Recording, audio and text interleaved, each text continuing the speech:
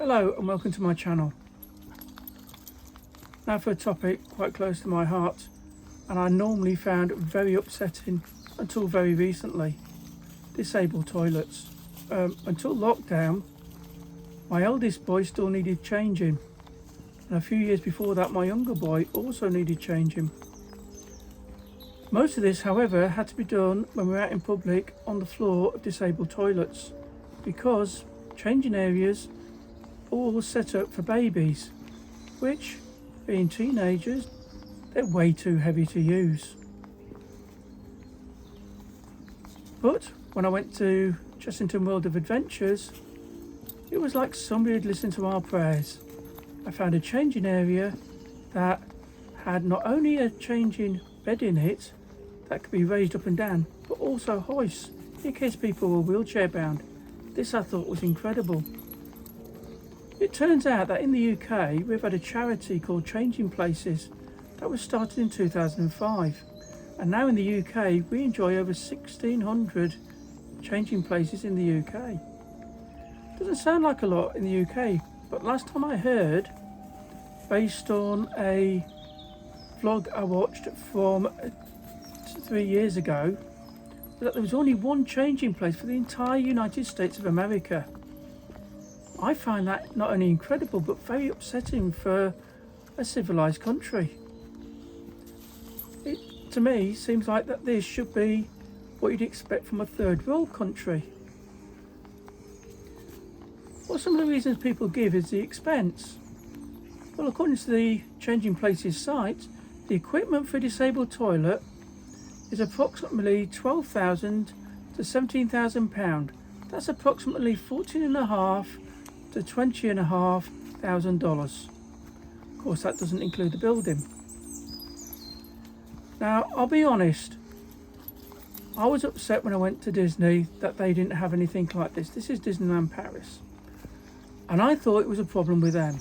I didn't realise it was a worldwide issue, and that Disney were just following the demands of what most people saw worldwide, maybe not knowing about changing places. I believe that Disney could be a real front runner in this for the worldwide distribution of changing places, maybe setting up new standards. And where do I get this idea from? Well, I did a Google search on, well, I'll be honest, I tried finding out what the cheapest ride was that Disney ever built. Unfortunately, I couldn't find that, but I did find a couple of other bits and pieces just on a Google search. Apparently, they had 7.4 billion profit with an operating cost of 2.1 billion. That's leaving $5.3 billion available. The Twilight Tower of Terror in Disneyland Paris apparently cost $140 million. Remy's Ratatouille ride cost $270 million. Now, apart from Disney, the average cost of a roller coaster is approximately $8 million. Well, Disney have approximately 12 parks, which means if you add the equipment cost to all of them parks, it comes to less than $250,000. Obviously, you still have to make the buildings, and being Disney, they'll probably theme it.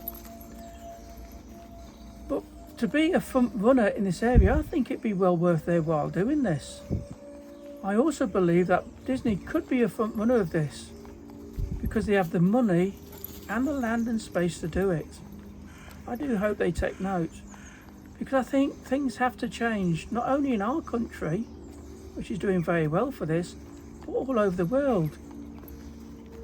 It's got to be very bad for the country's tourism that a disabled person can't go and visit them because they're worried about going to the toilet. It seems daft to me. Surely there must be some way of encouraging these countries to have more of these changing places.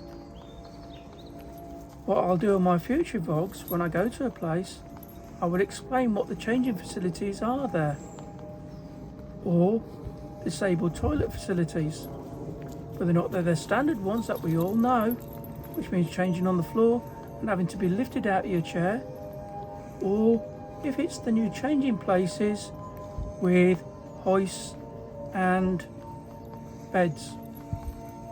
To be honest, I didn't care if the beds go up and down or just anything like that. At the time I was quite strong enough to lift the boys onto the bed. Just having a bed to change the boys on was well and good, so when I went to Alton Towers and they had a gurney set up for changing, that was just good to me. Anyway, until next time, have a good one and enjoy yourself.